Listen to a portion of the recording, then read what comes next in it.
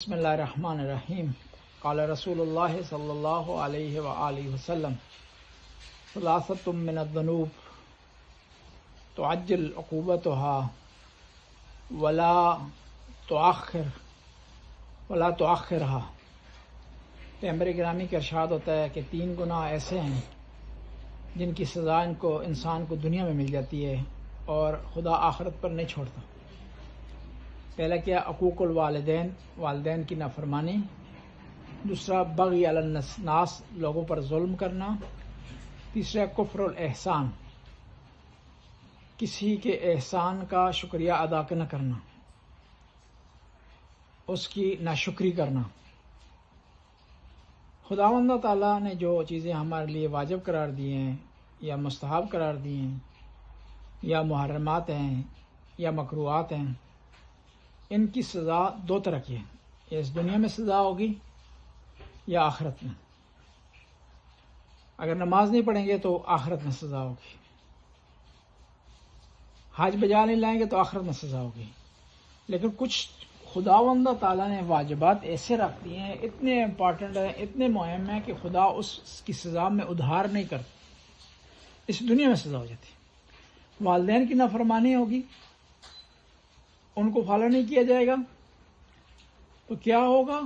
اس دنیا میں انسان کی زندگی سے برکت اٹھ جائے گی، اس کی زندگی سے نعمتیں ختم ہو جائیں گی، اس کی زندگی میں پریشانیاں آ جائیں گی، مشکلات آ جائیں گی۔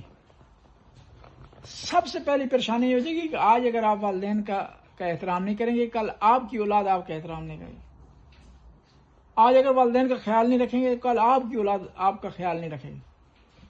آج اگر والدین کی ضروریات کو پورا نہیں کریں گے تو کل اسی دنیا میں آپ کی اولاد آپ کی ضروریات کو پورا نہیں کرے گی۔ بس خداوند تعالیٰ نے واجب قرار دیا ہے کہ والدین کا احترام کیا جائے، ان کو فالو کیا جائے۔ اگر نہیں کریں گے تو اسی دنیا میں انسان کو سزا ملے گی، اور دنیا میں لوگ ہم نے دیکھے ہیں جن کو سزا ملی۔ دوسرا یہ ہے کہ بغی علی الناس، لوگوں کا حق کھانا، لوگوں پر ظلم کرنا، لوگوں پر زیادتی کرنا،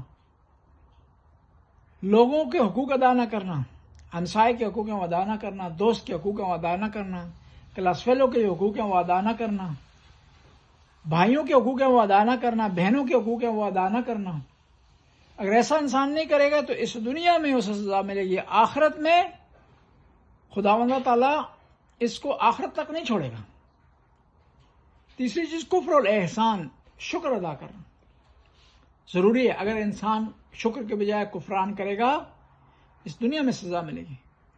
خدا نے نعمتیں دی ہیں، خدا کا شکر ادا نہیں کرتا، خدا اس دنیا میں نعمتیں چھین لے گا۔ اولاد کی نعمت ہے، صحت کی نعمت ہے، مال کی نعمت ہے، دولت کی نعمت ہے، گھر کی نعمت ہے، گاڑی کی نعمت ہے، یہ ساری نعمتیں خداوند تعالیٰ کی طرف سے۔ اگر انسان شکر خدا کا نہیں ادا کرے گا تو خدا اس سے نعمتیں چھین لے گا۔ جب نعمتیں اس سے چھین جائیں گی تو کیا ہوگا؟ نعمتوں کی جگہ نقمتیں آ جائیں گی، نعمتوں کی جگہ عذاب آ جائے گا، نعمتوں کی جگہ پریشانیاں آ جائیں گی۔ بس انسان کو چاہیے کہ خدا کا شکر بھی ادا کرے، ان لوگوں کو بھی شکریہ ادا کرے جنہوں نے احسان کیا ہے، جنہوں نے اس کی مشکلات کو برطرف کیا ہے، جنہوں نے کوئی اچھا مشورہ دیا ہے، جنہوں نے کوئی گائیڈ لائن دی ہے، جنہوں نے راستہ دکھایا ہے، جنہوں نے آپ کو پریشانی سے دور کیا ہے، مشکلات سے دور کیا، ان کا بھی شکریہ ادا کریں۔ ایک جو ہے مشہور و معروف قول ہے، من لم یشکر المنعم من المخلوق لم یشکر الخالق، جو آدمی خدا کی مخلوق کا شکریہ ادا نہیں کرتا وہ خالق کا شکریہ ادا نہیں کرتا، خدا کا شکریہ ادا نہیں کرتا۔ بس 3 ایسے گناہ ہیں، پیغمبر فرماتے ہیں کہ ان کی سزا اس دنیا میں مل جائے گی۔ پہلا والدین کی نافرمانی، دوسرا لوگوں پر ظلم کرنا جو ہے، اور تیسرا کیا ہے؟ کفران نعمت کرنا، شکر ادا نہ کرنا۔